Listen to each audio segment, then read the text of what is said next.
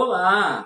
Finalmente chegamos na última aula de deslocamento de equilíbrio. E nas aulas anteriores, vimos que há duas formas possíveis para se perturbar e deslocar um equilíbrio químico: adicionando ou retirando uma substância química, ou então efetuando mudanças na pressão do sistema. Nessa última aula, veremos então a terceira forma de perturbar e deslocar um equilíbrio. Só que dessa vez, tal perturbação será capaz de mudar o valor da constante de equilíbrio. Eu tenho certeza que você já sabe do que se trata, não?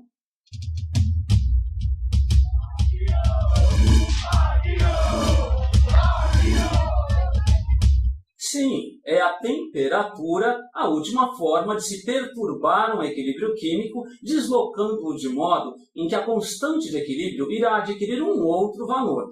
Vamos entender como é isso, analisando inicialmente o célebre equilíbrio de produção de gás amoníaco a partir de nitrogênio e hidrogênio. E vamos olhar com atenção o que acontece com o valor de Kc conforme se aumenta a temperatura. Dê uma olhadinha na tabela. A 25 graus, o valor do Kc é de 6 vezes 10 à quinta, um valor bastante alto. A 200 graus, ele cai para 0,65, ou 6,5 vezes 10 a menos 1, como está aí na tabela. A 300 graus, 1,1 vezes 10 a menos 2.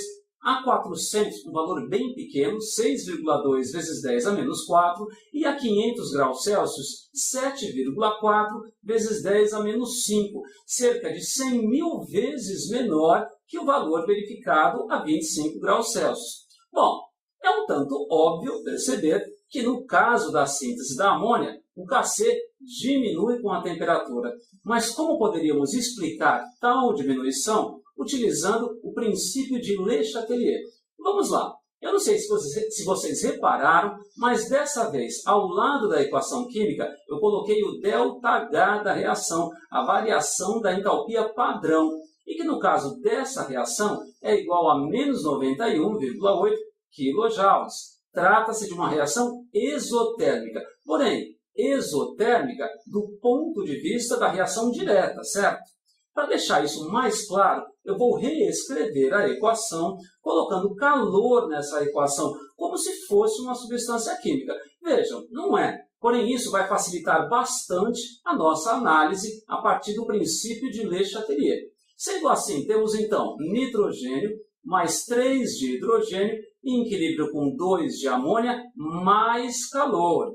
Vejam, a reação libera calor. Qual reação? A reação direta libera calor. Se a reação direta libera calor, é exotérmica, a reação inversa absorve calor.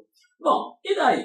E daí que, segundo o ponto de vista do princípio de Le Chatelier, o sistema sempre resiste à perturbação, de forma contrária, tentando minimizá-la.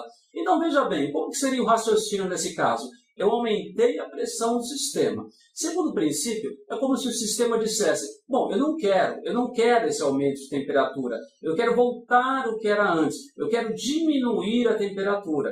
Ele não vai diminuir a temperatura, mas nessa tentativa, a reação que favorece o consumo de calor será mais favorecida que a outra reação que libera calor. Vejam, não é que o aumento da temperatura vai favorecer apenas a reação inversa que consome calor. Vai favorecer as duas reações. Quando se aumenta a temperatura, se aumenta a frequência de colisões entre as moléculas. Portanto, as duas reações, direta e inversa, teriam velocidades aumentadas. Porém, a reação inversa, que é essa que consome calor, é muito mais afetada que a reação direta. Então, novamente, segundo o princípio de Le Chatelier, aumentei a temperatura, o sistema não quer, ele quer diminuir. O que ele faz, então? Ele favorece mais a reação que consome calor, que é a reação inversa, levando o sistema, que novamente vai entrar em equilíbrio, a formar mais reagentes, que é para onde aponta essa reação inversa que consome calor. Dessa forma, então, o equilíbrio é deslocado no sentido da formação de reagentes ou deslocado para a esquerda. Porém, vejam, tal perturbação inicialmente não mexeu em nada nas concentrações. O que eu tive foi um favorecimento maior da reação inversa e, portanto, a formação maior de reagentes e consumo de produtos.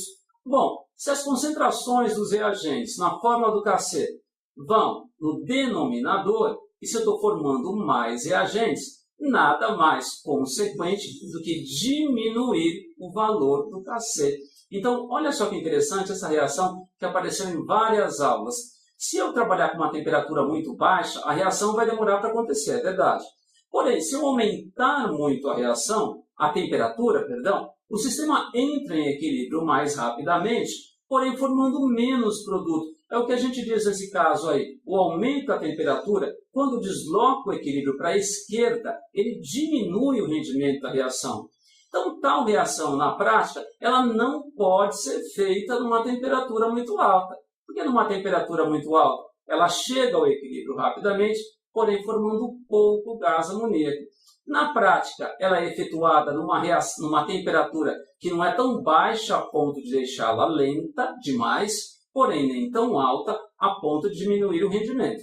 E junto com isso, conforme vimos na aula anterior, numa alta pressão, pois a alta pressão, nesse caso, desloca o equilíbrio para o lado com menos mols de gases, que é a direita, aumentando o rendimento. E a gente também pode se utilizar do excesso de um dos reagentes, porque se eu colocar um excesso de nitrogênio ou hidrogênio, isso também vai deslocar o equilíbrio para a direita. Então vejam bem, quando o assunto é deslocar o equilíbrio a partir de temperatura, o ΔH, ou seja, a classificação da reação quanto ao fluxo de calor, o fato de ela ser exotérmica ou endotérmica, é que vai nos dar condições para prever qualquer coisa. E eu trouxe uma outra reação, sim, onde vai acontecer justamente o contrário do que ocorreu com a formação do gás amoníaco.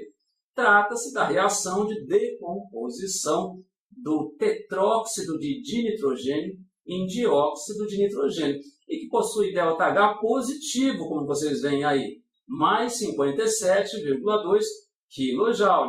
Vamos dar uma olhada nos dados. A 25 graus, a constante vale 6,1 vezes 10 a menos 3, a 127 graus Celsius, 1,44, e a 227, 41. Nesse caso, tivemos o oposto, então, no verificado na reação da síntese da amônia.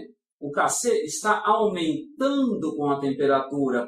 Bom, para entender direitinho, novamente, não tenham preguiça, é necessário reescrever a equação e eu sugiro colocar o calor do lado certo. Se a reação é endotérmica, tem ΔH positivo, é porque os reagentes mais calor formam produtos. Daí, N2O4 mais calor entrando em equilíbrio com 2 de NO2. Vamos lá ao princípio de Le Chatelier. Aumentei a temperatura do sistema. De novo, o sistema resiste, ele não quer. Ele tenta voltar ao que era antes. Ele reage de forma contrária à perturbação. Para tentar voltar ao que era antes, ou seja, diminuir um pouco a temperatura, ele vai favorecer mais a reação que consome calor. E que, nesse caso, é a reação direta. Vejam, N2O4 mais calor. Dessa forma, então, chega-se a uma outra situação de equilíbrio, onde a velocidade da reação direta foi mais favorecida, formando mais produtos. E como as concentrações dos produtos vão no numerador da expressão do Kc, temos então um aumento do Kc. Bom, é isso. E vamos agora ao tão esperado resumo das 3 maneiras possíveis de se perturbar e deslocar um equilíbrio químico. Primeira forma, alterando-se a concentração de uma substância, quer aumentando-a pela adição dessa substância ou diminuindo-a pela retirada dessa substância.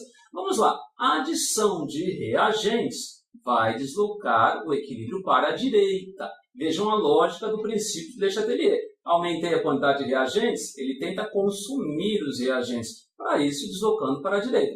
Se eu adicionar produtos, vai ser o contrário. Ele vai tentar consumir esses produtos, novamente, sempre reagindo de forma contrária, deslocando o equilíbrio para a esquerda. Agora, se eu retirar reagentes, o sistema pensa, olha, eu não quero, eu quero ter o que era antes. Ele vai tentar formar reagentes novamente, portanto, deslocando para a esquerda.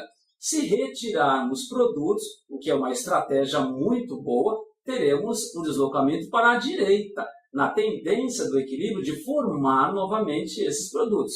E, independentemente do que seja feito em termos de concentração, o Kc não se altera, como pudemos ver na primeira das aulas de deslocamento de equilíbrio. Bom, segunda forma, alterando-se a pressão do sistema, porém desde que haja variação no número de mols de gases. Então não dá para eu ter 2 mols antes e 2 mols depois. Esse tipo de perturbação só é possível quando há variação no número de mols de gases.